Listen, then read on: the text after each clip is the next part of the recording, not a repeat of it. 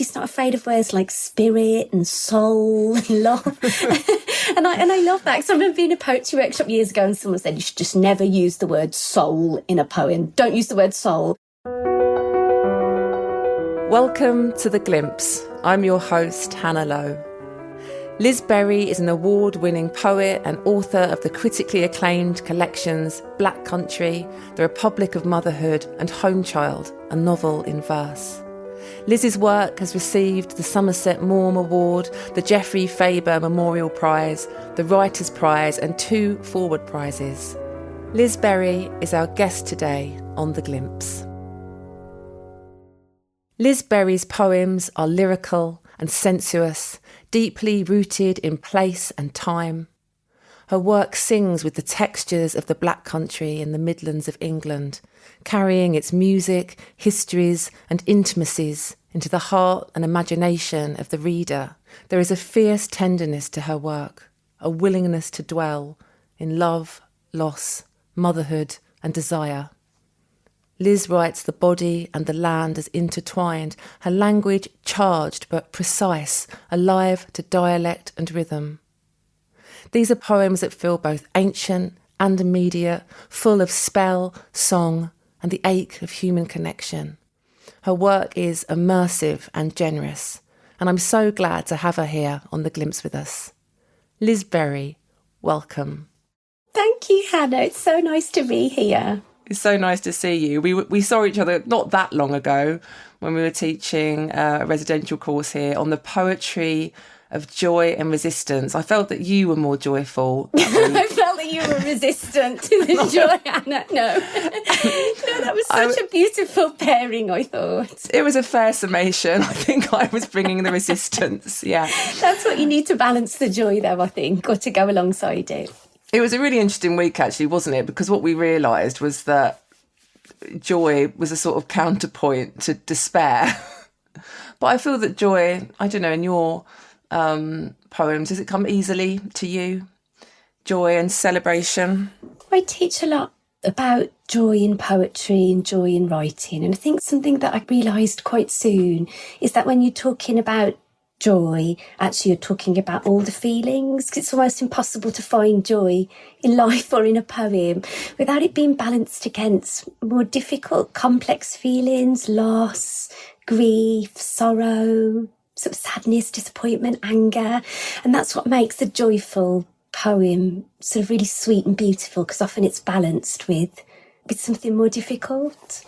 Yeah, and joy maybe is a bit like a strategy in some ways, I think, like deliberately choosing it. I think... Yeah, I think that's why I always teach joy and resistance alongside each other, this idea that you can choose joy, or you can choose to look for things that might be joyful or might help you to sort of find happiness or sort of peace or moments of brightness, because it's not saying that the world isn't full of really dark, difficult stuff. We know that it is, but it's saying that it's important not to let that crush you, that to be joyful is a form of resistance, because it's a form of being human and asserting your own right to be joyful and to have pleasure.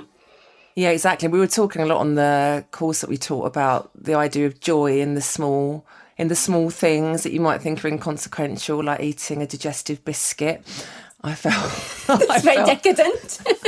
Digestive. Only one. Most austere of the biscuits. No chocolate. Well, often we ask people, don't we, to sort of open up when we're teaching. And I often ask them about a food that gives them joy or pleasure. Normally it's a bit more decadent than a digestive biscuit, Anna. But people love talking about sort of food that feels lovely and pleasurable and sort of, yeah, lush for them. The small things, and you know, the small things can be plain, as in the digestive. Mm-hmm. Well, let's talk about, first of all, we're going to hear you read your poem, The Republic of Motherhood, which actually is a bit of a counterpoint to the idea of joy. Because I was rereading it today and I was thinking, this is actually quite a political poem. There's a sense of all kinds of emotions in it, but we'd love to hear you read it. The Republic of Motherhood. Across the border into the Republic of Motherhood. and found it a queendom, a wild queendom. I handed over my clothes and took its uniform, its dressing gown and undergarments, a cardigan, soft as a creature smelling of birth and milk. And I lay down in motherhood's bed, the bed I had made, but could not sleep in, for I was called at once to work in the factory of motherhood, the L shift, the graveyard shift, feeding, cleaning, loving, feeding.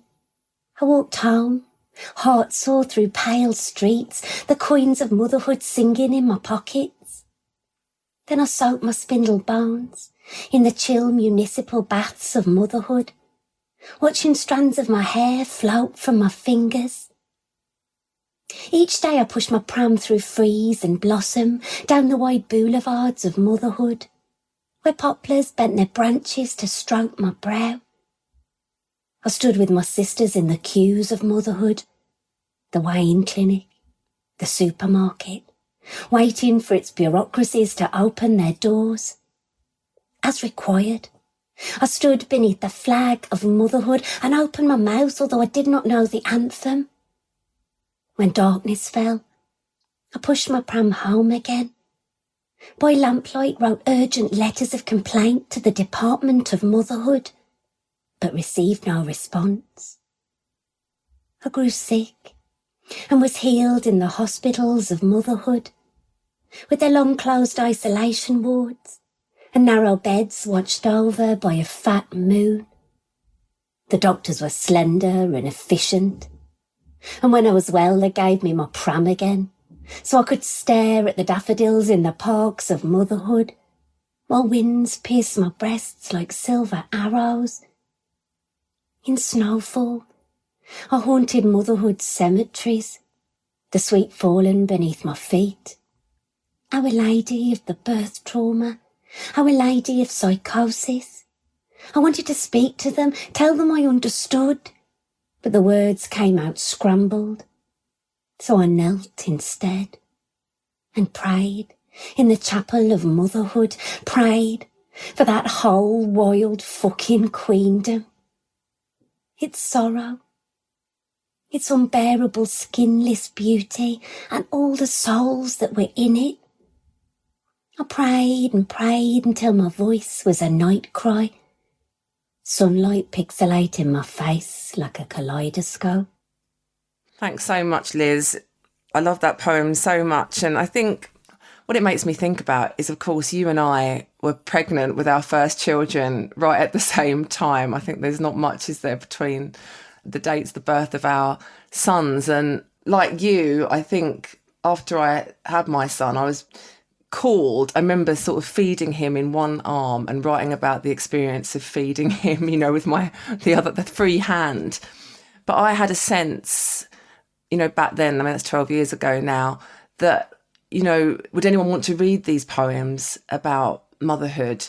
I think I'd sort of imbibed something that perhaps existed in our culture about whether motherhood is a topic, you know, worth exploring, like a value.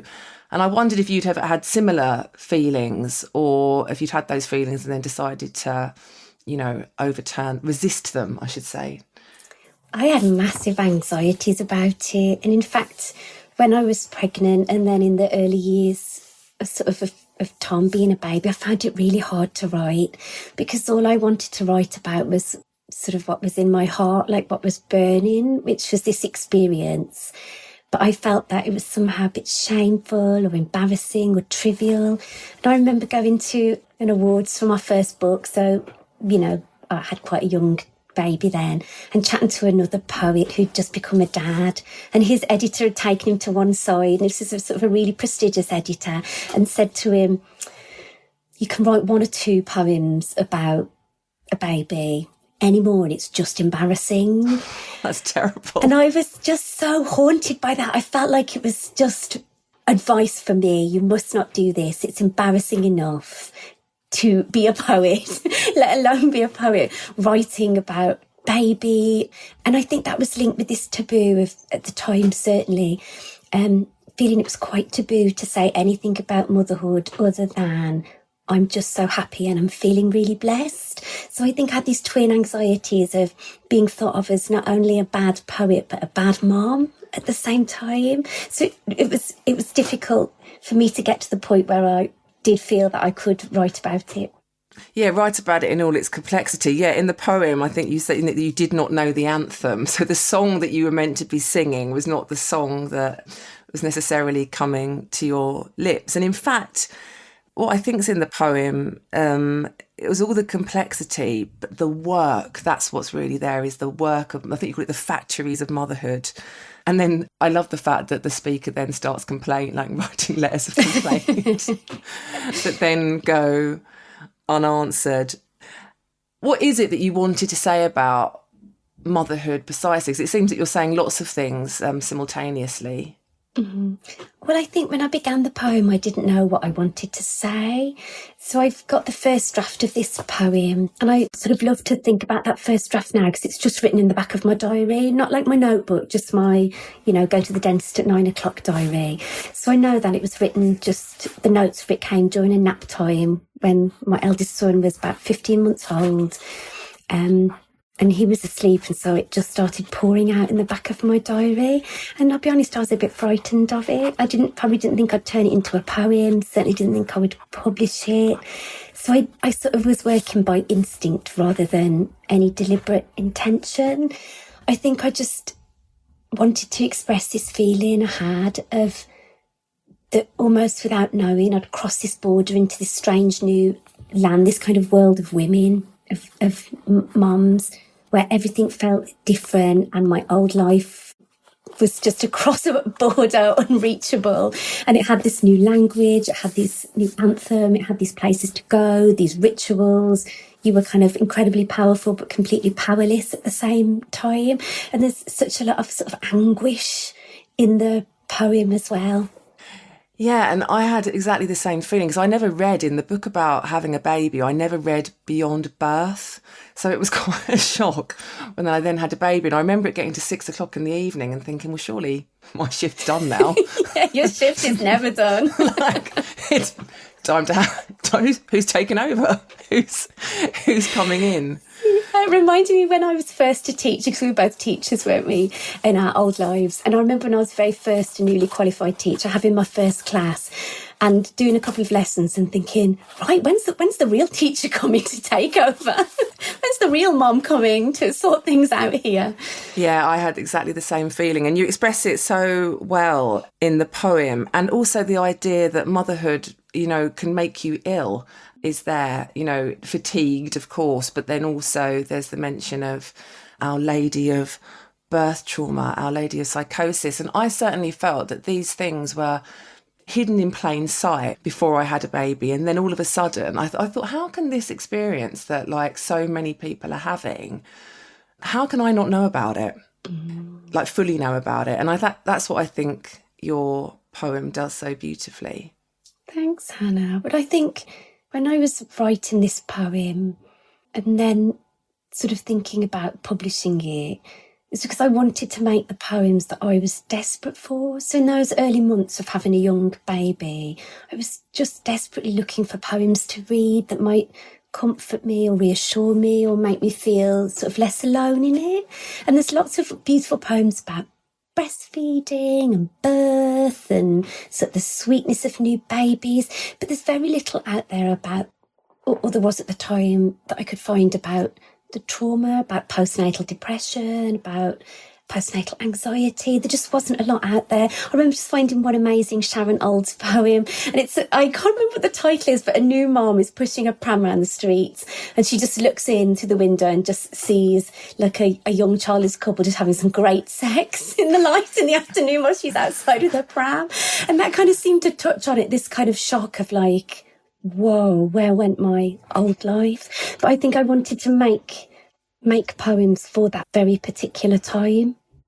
Yeah, absolutely. And did you find, you can always trust Sharon Olds to say it, can't you? That's what I think. Yeah. But did you find any predecessors writing earlier than you? Like there were little bits here and there, and I felt like I was just scouring. You know, I'm a voracious reader, so I'd be looking at books and looking online, and there were little bits, but nothing that had really, I would say, broken through in terms of like a poetry collection or a group of poems that had broken through. There've been poems about having a baby, thinking about Kate Clancy's book, Newborn. Yeah. But the reception around that book had been so hostile in the UK. I think there was a lot of hostility still. Yeah, I remember. I felt like the poetry world was not at that point open to those kind of poems. It sounds like poets previously were probably following that editor's advice. You know, you can write a couple, but you can't write a whole sequence or a whole collection. But I wonder too, and I think I understand it differently now my own kids are older, is that I wonder if at the time you are just so shocked and so tired that you're not really writing very much. And by the time you are kind of together in yourself enough, or the space comes for women to start writing again, like that heat of it is gone. Like, do you know, maybe you've got a few nursery hours, you get a little bit rosier about it, so you can look back. Like now I could probably look back and write a sweet poem about breastfeeding, but at the time I felt like I was on fire. I couldn't have written that poem then. Yeah, that's so true. I wanted to talk a little bit about the image work in your poems, like the image in this poem of the coins of motherhood singing in my pockets, and the cardigan soft as a creature smelling of birth and milk. Like, how do you find your images, Liz? Tell me so that I can do the same. And I wonder if my answer would probably be the same as yours, and I wonder if lots of poets work this way, is I feel I just work on instinct at this point. I'm a really sort of enthusiastic free writer. I've always got a notebook, so I'm always writing, free writing. I take loads of notes, spider diagrams. I can't think of this big sort of generation process. And then I just do loads of editing. But honestly, I just kind of work on instinct as to what feels right. And then when I go through the edit process, I sort of ask myself that question, like, is it sharp enough? Is it fresh enough? Does it work? Like I do lots and lots of drafts. But yeah, just instinct, although I know that's not very helpful. No, it is helpful, but actually we work quite differently. But I just tend to write the draft of the poem, and the images, they sort of come to me there and then. And like you, I might then change them later, but I don't do all that kind of gathering. Yeah, I think it's just a different way in. And for me, that always feels really fruitful because it takes the pressure off. The feeling of, oh God, got to write a poem, it's got to be great. I feel like I'm just playing, like I'm just gathering all this sort of imagery, writing for pleasure, playing. And then at some point, the kind of play slips into serious poem making. Yeah, so you're avoiding the pressure. Yeah. But you know, with this Republic of Motherhood, it obviously spoke to a lot of people because it really got people talking, I think. And I know, like on the Adrian Brinkerhoff, the poetry films, it's one of the most viewed. So what was the reception, Liz, to this poem? You've talked about kind of this feeling of anxiety, maybe being a bit worried or even surprised by what you'd written yourself. What was the reception to the poem? Well, I think just before it was published, it was accepted for publication by Granta, and Hannah felt so nervous about it, actually cried.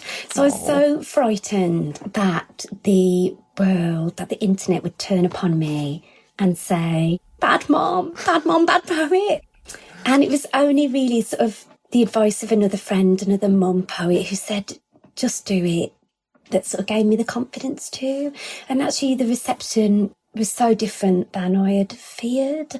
I think because there's so few poems about the rawness of that time, it seemed to really touch people, so it went everywhere really quickly. And I just had loads of lovely letters and emails and messages. Even now, like probably on a daily basis, I get those messages from mums saying, oh, this was exactly how I felt. Thank you for saying it. That really touched me. It got me through a difficult time, or I suffered postnatal depression. And it just gave me a lot of faith in the fact that you can say it. If you say it well enough, you can say what you need to say. And then I went on to write more poems about that time and made this little pamphlet, The Republic of Motherhood, which is just this tiny little pamphlet, like it is tiny, like a little passport, of 12 poems about, I think it's 12, about being a new mom. And I don't think I would have had the confidence to do that had it not been for this poem and the kind of the faith of my editor that there was an audience out there for those kind of poems. Yeah, so the poem really opened a door. Having that poem in particular accepted, published by Granta, really opened a door. It's amazing that you still get messages now. Yeah. I think at this point we can now take a break. So when we come back, we'll talk about Fiona's work and the poem Childbed.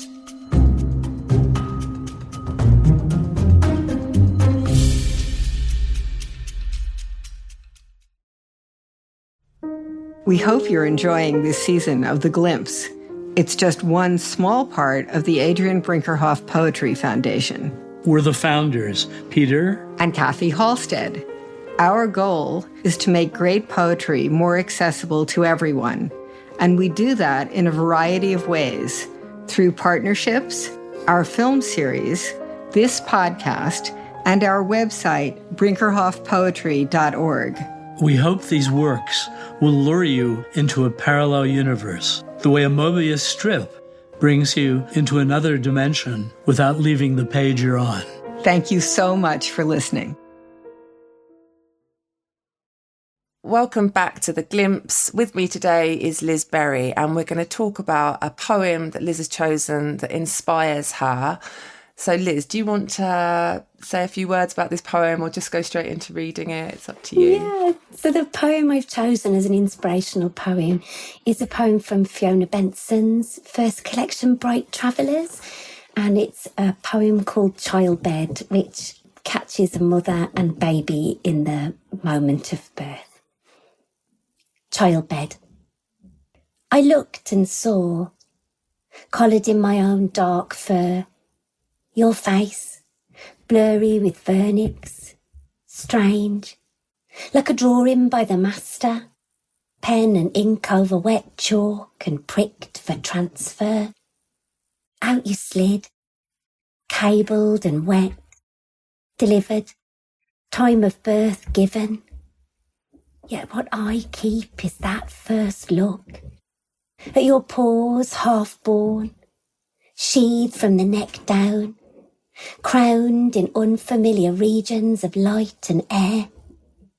Your lungs beginning to draw as you verged on our world and waited, prescient, rare. Thank you, Liz. So tell us, what inspires you about this poem? Why do you love it? The thing I love about this poem, and really I could have chosen any of Fiona's poems about early motherhood, is it's got that beautiful mix of the kind of holy and sacred feelings of birth and early motherhood, mixed with a really bodily experience. Like, we've got that gorgeous beginning. I looked and saw collared in my own dark fur. So immediately we've got this image of kind of the body of the mum as animal, and just that strange idea of seeing a person half in and half out. So along with all this kind of very bodily stuff, the really practical stuff, the time of birth given, the baby's cabled, we've got the vernix. Then we go to this amazing imagery, which feels really courtly to me. The baby's sheathed and crowned. It's sort of elegant about that. And she imagines the scene not just as what it is, quite an intense sort of bodily graphic scene, but as sort of a work by an old master, sort of an early sketch. So I love that mix, and the ending too. The moment I read this poem, that little section at the end just caught me in a way that I can't quite explain, and that often happens with poems I love. There's just this sort of line or electricity that I feel charging through me, and it's that little section that goes, yet what I keep is that first look. So no matter what goes before it or after it, there's the preservation of that single moment. And then the last line, when the baby's just waiting and prescient. And I think when I first read it, I probably didn't know what the word prescient meant. So I had to look it up afterwards. It means kind of foretelling the future, of knowing what's to come, and something a bit visionary about it. And then the word rare as well, that seems to hold something both kind of unusual and uncommon. And then also rare, like rare meat, the kind of the rawness of a new person. And I think with all of Fiona's poems of early motherhood, there's this sort of longing or wanting to tell an experience as it is, to tell the truth about something, to kind of, you know, speak through taboos about sort of bodies and childbearing, child rearing, but also acknowledging the kind of lush, holy ecstasy that goes alongside the sort of the kneeling and the shit and the breastfeeding. And I find that such an intoxicating mix. It's so interesting, isn't it? Because in a way, the poem enacts what the line that you read, what I keep is that first look. The whole poem seems to like freeze that liminal moment of the baby being both in the mother's body and in our world, you know, the kind of the world, the human world, the world outside of the womb. It's all about sort of, that rare moment that when you always imagine, and also when I see this poem, or like I see it in my mind's eye, I don't see like the modern labour ward. Yeah. I see something like a painting from Vermeer. It's obviously the reference to the old master. But I think that comes across in lots of Fiona's early motherhood poems. She's a beautiful poem about breastfeeding that ends with this image of a long line of women sitting and kneeling out of their skins with love and exhaustion. So I feel that often she's sort of linking contemporary motherhood back to sort of generations of mothers before her, or it's got this feeling perhaps of something now, in the moment, the baby's caught, but also something older, maybe even something ancient at times. Yeah, that lineage. And it's so funny you read those lines, because I'd written those lines down. I was flicking back and forth through the other poems in this sequence. And I thought in some ways those lines, a long line of women sitting and kneeling out of their skins with love and exhaustion. It felt like a leaping off point for your poem, The Republic of Motherhood. Well, I first discovered Fiona's poems when I was, I think, perhaps pregnant. And she has an amazing poem, I think it's called Soundings, and it's about being pregnant and about looking at a leveret, a baby hare in a field, and the possibility of miscarriage. And I remember thinking, oh my God, what an amazing poem. And then reading Bright Travellers at a time when I was a new mum. And as we spoke about before, I was really wrestling with this question of how to be a mum and a poet. Can I be a mum and a poet? Can I be a mum and anything creative? So to see a poet who I really admired, like such a fine lyric poet, writing these amazing poems about motherhood was so inspiring, because the thing I was frightened of, can I do it? What if I can't do it? I was like, there she is, Fiona Benson is doing it. She's doing it, so I can do it too. I think of her as like a lodestar poet. I just have to sort of follow that and just keep my faith. And then I read a beautiful interview that Fee gave when she was talking about this poem, Childbed. And she said, I often feel that I'm breaching terrible taboos. I'm quite a private person. So the explicit poem about childbirth in the book, for example, well, I can hardly believe I put it out there. And I love hearing that she too had this sort of reticence or resistance or anxiety about it, but did it anyway. And that's what I love, this doing it anyway. Yeah, there's a real kind of courage there, isn't there? And also the idea that her poem gave you permission. And it's so different from The Republic of Motherhood. In a way, The Republic of Motherhood is a sprawling poem, isn't it? Whereas this one is really working. It feels like it's working under great compression. Yeah. It made me wonder if you ever have that experience that I have, which is that I have a poem in my head and I can almost see it on the page. Like I know if it's going to be long or if it's going to be broken up. I can almost see it, but then the work is to sort of capture it. And I wonder if Fiona has the same thing, that she knew this poem would be quite a compressed poems, just 5 stanzas, 3 lines each. I wonder if it's because it does that little magic trick that you spoke about, Hannah, of catching just an instant. It's there in the line, isn't it, that you said before. Yet what I keep is that first look. So you've got all the other stuff around it, but what it's aiming to catch is just this single, deeply strange moment of sort of being in between two worlds.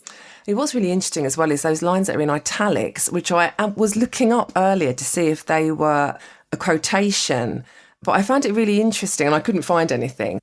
But the reference to the masters, which I presume, or the master, I presume that's a reference to like the old kind of European master painters, etc.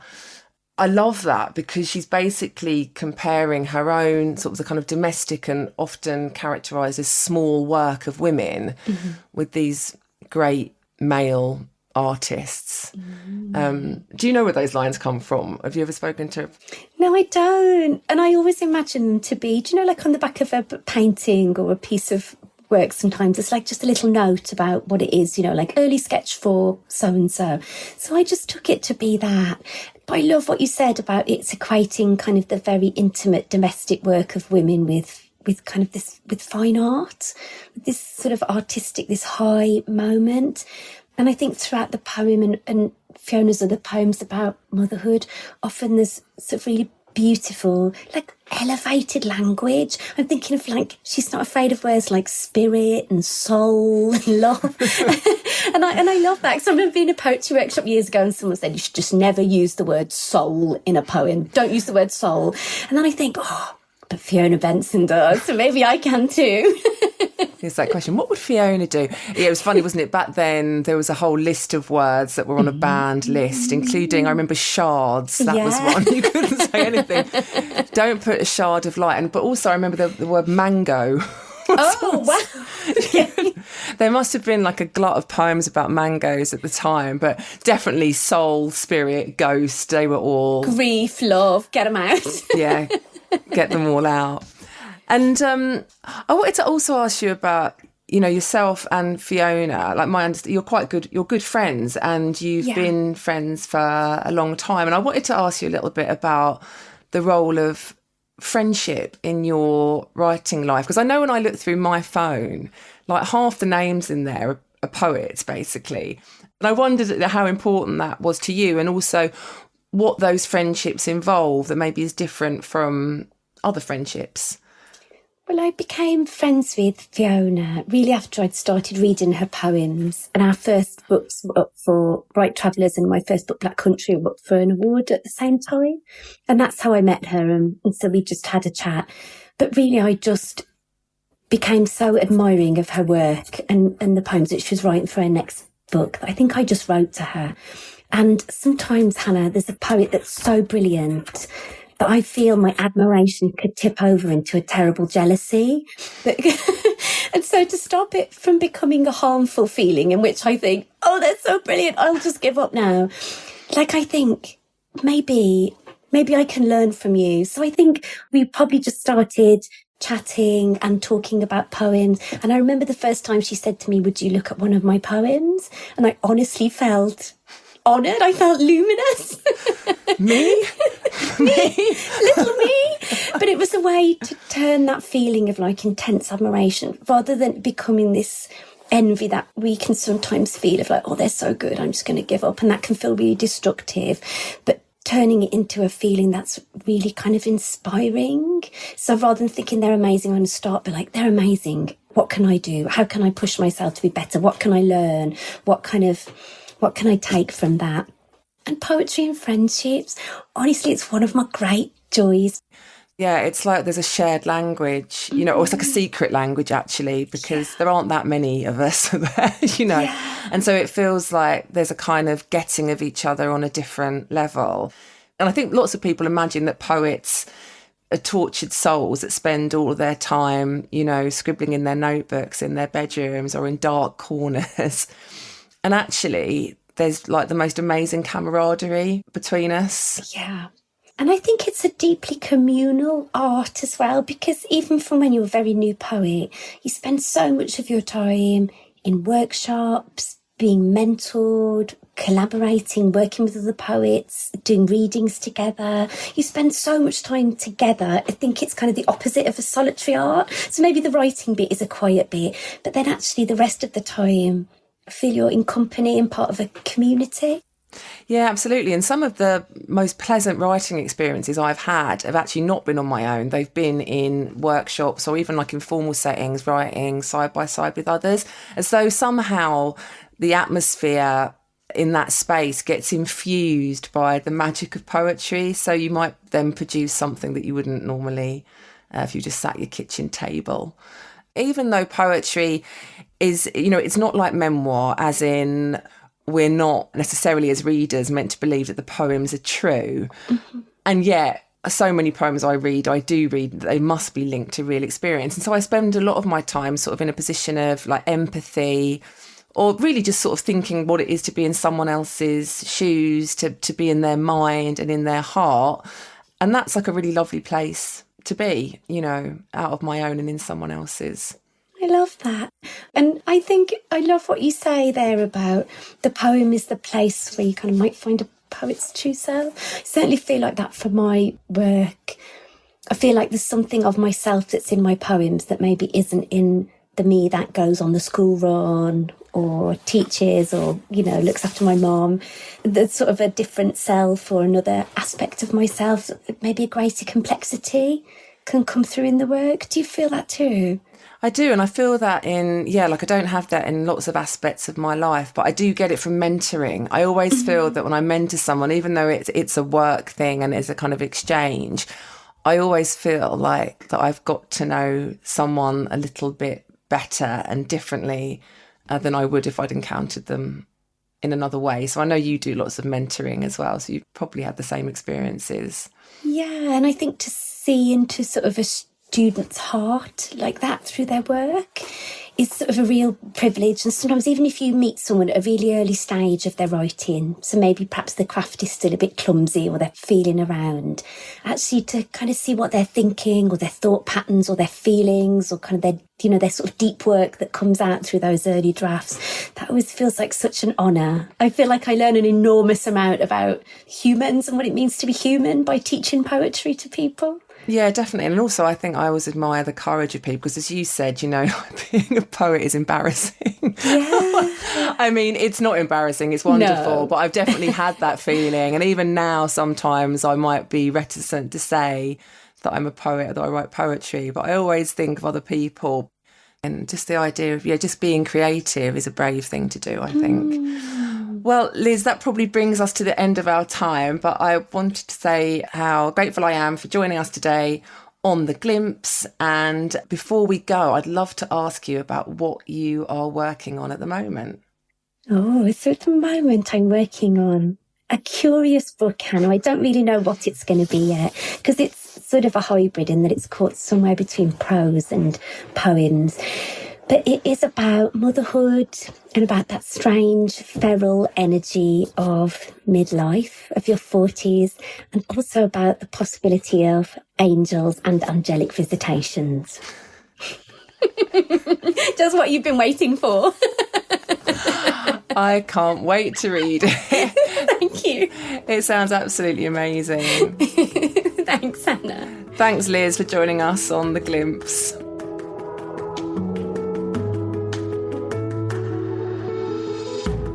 Thanks for joining us today. I'm your host, Hannah Lowe. Liz's poem, The Republic of Motherhood, is from the Republic of Motherhood. It was published by Vintage, reprinted and used by permission of the Random House Group Limited, copyright 2018. Fiona Benson's poem, Childbed, is from Vertigo and Ghost. It was published by Jonathan Cape in 2019, copyright Fiona Benson, reproduced by permission of the author, care of Rogers, Coleridge and White Limited. Coming up next week, RG Manuel Pillai talks about writing for royalty, the pressures of a commission and the power of vulnerability in a poem. Make sure to subscribe to The Glimpse wherever you get your podcasts. You can also find episodes on our website, brinkerhoffpoetry.org/podcast. We'd also love to hear from you. Drop us an email at theglimpsepoetrypodcast@gmail.com. The Glimpse is a production of the Adrian Brinkerhoff Poetry Foundation. I'm your host, Hannah Lowe. Our senior producer is Jennifer Wolfe. Kat Yor is our technical director and mixing engineer. Editorial director Amanda Glassman is our curator and production coordinator. Amy Holmes is the Foundation's executive director. And our co-founders are Kathy and Peter Halstead. Thanks for listening.